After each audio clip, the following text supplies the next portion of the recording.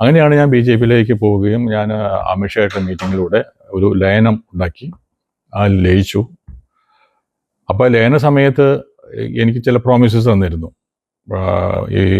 ഈ propaganda secretary എന്നുള്ളൊരു post, അത് അമിത്ഷാ സമ്മതിക്കുകയും ചെയ്തു. നഡ്ഡാജി അത് എൻഡോസ് ചെയ്യുകയും ചെയ്തു. അന്ന് രാജീവ് ചന്ദ്രശേഖരനല്ല, കെ സുരേന്ദ്രനായിരുന്നു. അദ്ദേഹം അത് ആക്സെപ്റ്റ് ചെയ്തു. അത് ചെയ്യാമെന്നുള്ള കണ്ടീഷനിൽ. അങ്ങനെ 2023 എനിക്ക് ആ പോസ്റ്റ് കിട്ടിയില്ല. അതിന് പകരം അവർ ചെയ്തത് വൈസ് പ്രസിഡന്റ് സ്ഥാനം തന്നു. അപ്പോൾ ഞാൻ ഈ പ്രൊപ്പഗൻഡ ക്യാമ്പ് എടുക്കാൻ കാരണം എന്ന് വെച്ചാൽ, ഈ ജനങ്ങളുമായിട്ടുള്ള ഒരു സമ്പർക്കം നമ്മുടെ BJP-ക്ക് അന്നും ഇന്നും ഇല്ല. മനസ്സിലായില്ലേ? ഒരു സെപ്പറേറ്റ് എൻറ്റിറ്റി ആയിട്ട് നിൽക്കുകയാണ്. ജനങ്ങളുടെ ഉള്ളിൽ ഒരു ഭീതി ഇന്നും നിലനിൽക്കുന്നുണ്ട്. അത് മൈനോറിറ്റീസിൻ്റെ അകത്ത് മാത്രമല്ല, ഹിന്ദുക്കളുടെ അകത്തും ഒരു ചെറിയൊരു പേടി ഉണ്ട്. ആ പേടി മാറ്റിയെടുക്കാനായിട്ട് എനിക്ക് പറ്റും. കാരണം എന്നോടുള്ള വിശ്വാസത്തിൻ്റെ ജനങ്ങൾക്ക്.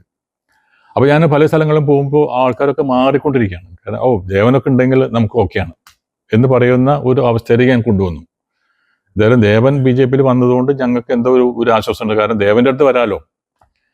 അങ്ങനെ ഞാൻ പ്രവർത്തിച്ചുകൊണ്ടിരിക്കുന്ന സമയത്ത് 2003 ആണ് എനിക്ക് ഈ വൈസ് പ്രസിഡന്റ് സ്ഥാനം കിട്ടുന്നു. എനിക്ക് പക്ഷേ അതിന് പോർട്ട്ഫോളിയോ ഇല്ലാത്ത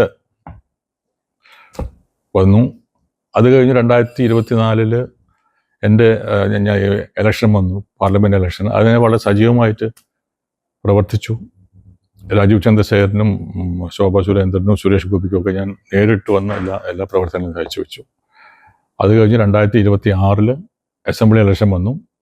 അതിൽ എനിക്ക് 2026 തൃശ്ശൂർ നിയോജക മണ്ഡലത്തിൽ മത്സരിക്കാനായിട്ടുള്ള ഒരു ഓഫർ വന്നു. അത് ഞാൻ ഏറ്റെടുത്തു. പക്ഷേ ഏറ്റെടുത്ത് ഞാൻ പ്രചാരണം തുടങ്ങിയപ്പോൾ അത് എന്നെ മാറ്റിയിട്ട് വേറൊരു കാൻഡിഡേറ്റിനെ കൊടുത്തു. ഒരു സെക്കൻഡ് ഓപ്പണായിട്ട് പുതുക്കാട് കോൺസ്റ്റിറ്റ്യുവൻസിൽ എനിക്കൊരു സീറ്റ് തന്നു. അവിടെ പോയി പ്രവർത്തനങ്ങൾ തുടങ്ങി. അങ്ങനെ ഇരിക്കുന്ന സമയത്ത് അവസാന ഘട്ടത്തിൽ ആ സമയത്തും എന്നെ മാറ്റി വേറൊരാൾക്ക് സീറ്റ് കൊടുക്കുന്നു. അപ്പോൾ ഞാൻ ഇതൊക്കെ ഒന്ന് പറയാനും ഇതൊക്കെ ഒന്ന് ചർച്ച ചെയ്യാൻ വേണ്ടിയിട്ട് രാജീവ് ചന്ദ്രശേഖരനുമായിട്ടുള്ള കോണ്ടാക്ട് ചെയ്യുമ്പോൾ എനിക്ക് ഒരു റെസ്പോൺസ് കിട്ടുന്നില്ല. ഫോൺ ചെയ്താൽ എടുക്കില്ല.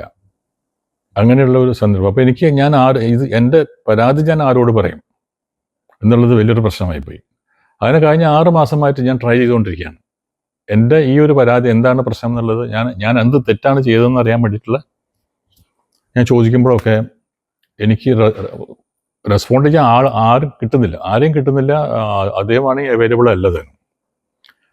അപ്പോൾ എനിക്ക് തോന്നി എൻ്റെ സമയം വേസ്റ്റ് ആക്കരുത്. ഞാനൊരു പുതിയ പൊളിറ്റിക്കൽ ആശയമായിട്ട് വന്നിട്ട് BJP-യിൽ വന്നതെല്ലാം നടക്കുമെന്നുള്ള ഉദ്ദേശത്തോട് വന്നിട്ട് എൻ്റെ ആശയങ്ങൾ അവിടെ നിൽക്കുകയാണ്, അവിടെ കെട്ടിക്കെടുക്കുകയാണ്. അത് പ്രാവർത്തികമാക്കാൻ പറ്റുമെന്നുള്ള ഉദ്ദേശത്തോട് വന്ന ഞാൻ എന്നെ തന്നെ ബ്ലോക്ക് ചെയ്ത് വെച്ചിരിക്കുകയാണ്. അപ്പോൾ ഞാൻ തീരുമാനിച്ചു ഇത് നമ്മുടെ ലൈനല്ല എന്ന് തോന്നി. അതിൻ്റെ വെളിച്ചത്തിൽ കഴിഞ്ഞൊരു 3 മാസം മുമ്പ് ഞാൻ തീരുമാനിച്ചു. അപ്പോൾ എൻ്റെ പഴയ പൊളിറ്റിക്കൽ പാർട്ടിയിലുള്ള എൻ്റെ കൂട്ടുകാരൊക്കെ ഉണ്ട്, എൻ്റെ അണികൾ, അവരെല്ലാം വിളിച്ച് ഞാൻ മീറ്റിംഗ് വിളിച്ചു കൂട്ടി ഒരു 3 മാസം മുമ്പ്. അപ്പോൾ എനിക്ക് 14,000 അംഗങ്ങളുണ്ടായിരുന്നു. അവരുമായിട്ട് ഞാൻ ആലോചിച്ചു. അവർ പറഞ്ഞു, ചേട്ടാ ഞങ്ങളുണ്ട് പിന്നിൽ, നമുക്ക് നമ്മുടെ പഴയ പാർട്ടി തന്നെ മുന്നോട്ട് കൊണ്ടുപോകാമെന്ന് പറഞ്ഞു. അപ്പോൾ എപ്പോഴത്തെ എൻ്റെ ഒരു ഐഡിയ, എൻ്റെ പഴയ പാർട്ടി കേരള പീപ്പിൾസ് പാർട്ടി എന്നായിരുന്നു. അത് കേരളത്തിന് വേണ്ടിയിട്ടുള്ള ഒരു പൊളിറ്റിക്കൽ പാർട്ടിയാണ്, നാഷണൽ പാർട്ടിയല്ല. അതേപോലെ തന്നെ കേരളത്തിന് വേണ്ടിയിട്ടുള്ള കേരളത്തിൻ്റെ, അതായത് മലയാളികളുടെ മനസ്സറിയുന്ന, ആഗ്രഹമറിയുന്ന, ആവശ്യമറിയുന്ന ഒരു പൊളിറ്റിക്കൽ പാർട്ടിയാണ് എൻ്റെ പാർട്ടി. അത് ഞാൻ തിരിച്ചു കൊണ്ടുവരാൻ വേണം. മലയാളികൾക്ക് ആവശ്യമുള്ള ഒരു പൊളിറ്റിക്സ് നമുക്ക് ആവശ്യമുണ്ട്. അതാണ് എൻ്റെ പാർട്ടി ഉണ്ടാകുന്നത്. അപ്പോൾ അതിന് വേണ്ടിയിട്ട് പോകണം. അപ്പോൾ അതിൻ്റെ വെളിച്ചത്തിലാണ് ഞാനിപ്പോൾ ഇന്നലെ, ഞാൻ ചിങ്ങമാസത്തിൽ അനൗൺസ് ചെയ്യാമെന്ന് വിചാരിച്ചായിരുന്നു. അപ്പോൾ ഇന്നലെ വളരെ അപ്രതീക്ഷിതമായിട്ട് ദൈവം ഉണ്ടാക്കി തന്ന ഒരു അവസരം, വലിയൊരു മീറ്റിംഗ് ആണത്. അത് സെൻട്രലിൽ നിന്നുള്ള കുറേ BJP ഉണ്ടായിരുന്നു, ആൾക്കാരുണ്ടായിരുന്നു, കേരളത്തിലെ കുറേ BJP-ക്കാരുണ്ടായിരുന്നു. വലിയൊരു സദസ്സ്, വലിയൊരു സമ്പന്നമായ ഒരു വേദി. അപ്പോൾ ഞാൻ അവിടെ അമ്പലത്തിൽ പോയി പ്രാർത്ഥിച്ചപ്പോൾ എനിക്ക് തോന്നി ഇതാണ് ബെസ്റ്റ് ടൈം. ഇത് ദൈവമായിട്ടുണ്ടാക്കി തന്ന ഒരു സദസ്സാണ്. ഞാൻ ആ സ്റ്റേജിൽ എൻ്റെ ആ കർമ്മം, ആ ഒരു സ്പീച്ച് കഴിഞ്ഞപ്പോൾ ഞാൻ പറഞ്ഞു, അടുത്ത് ഞാൻ സംസാരിക്കാൻ പോകുന്നത് വളരെ പ്രധാനപ്പെട്ട ഒരു കാര്യമാണെന്ന് പറഞ്ഞിട്ടാണ് ഞാൻ എൻ്റെ രാജി അവിടെ അവതരിപ്പിച്ചത്. ഈ അങ്ങ് പറഞ്ഞ ഈ സ്റ്റേറ്റ്മെന്റിൽ വളരെ പ്രധാനപ്പെട്ട ഒരു സംഭവം എന്ന് പറഞ്ഞാൽ രാഷ്ട്രീയവൽക്കരിച്ച ഭീകരവാദം എന്നൊരു സ്റ്റേറ്റ്മെന്റ് എന്ന് പറഞ്ഞു. യെസ്, എന്താണ് അങ്ങേക്ക് അങ്ങനെ ഇത് തോന്നാനായിട്ട്? അതല്ല സത്യശരി, എന്നോട് ചോദിക്കേണ്ട ആവശ്യം, നിങ്ങൾക്കറിയാലോ അല്ലേ? അങ്ങനെയല്ലേ? അതാണല്ലോ അവിടെ. രാഷ്ട്രീയവൽക്കരിച്ച ഭീകരവാദം എന്ന് പറയുന്ന ഒരു കാര്യം, അത് ഇപ്പോ അങ്ങനത്തെ ഒരു സാഹചര്യം എനിക്ക് അറിയാനുള്ള ആഗ്രഹത്തിൽ ചോദിച്ചാൽ, അങ്ങ് കണ്ട ഒരു ഏതെങ്കിലും പ്രത്യേക അനുഭവത്തിൽ നിന്നാണോ? അതന്നെ പറഞ്ഞ അനുഭവത്തിന്റെ വെളിച്ചത്തിലാണ് ഞാൻ പറഞ്ഞത്.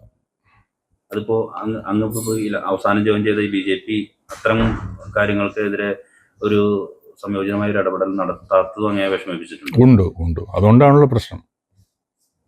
ഇപ്പോ സ്വാഭാവികമായിട്ടും രാജീവ്ജി അല്ലെങ്കിൽ അമിത്ഷാജി ഒക്കെ ഉൾപ്പെടുന്ന ഒരു ടീം വളരെ സ്ട്രോങ് ആയിട്ട് ഭാരതത്തെ മുന്നോട്ട് നയിക്കുന്ന ഒരു സാഹചര്യം വന്നപ്പോൾ അങ്ങേക്ക് സ്വപ്നങ്ങളുണ്ടായിരുന്നു.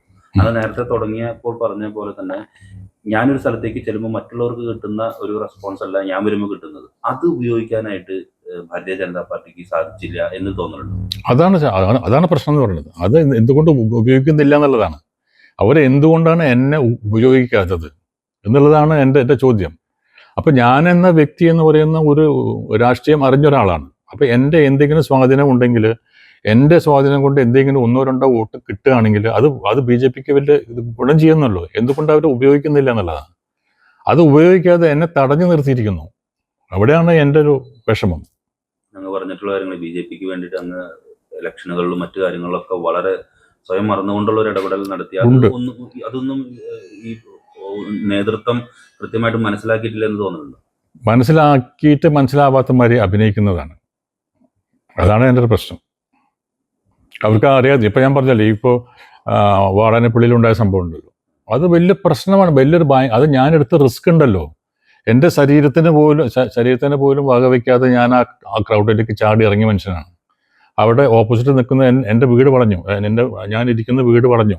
അതായത് കോൺഗ്രസും കമ്മ്യൂണിസ്റ്റും 100 കമ്മ്യൂണിസ്റ്റുകാർ 100-ലേറെ കോൺഗ്രസ്സുകാരും കൂടിയിട്ട് ഇറങ്ങട പുറത്തു നിന്ന് അങ്ങോട്ട് വാടാന്ന് പറഞ്ഞ് നിൽക്കുന്ന ഒരു സന്ദർഭമുണ്ട്. പോലീസിനെ കൊണ്ടുവന്നു.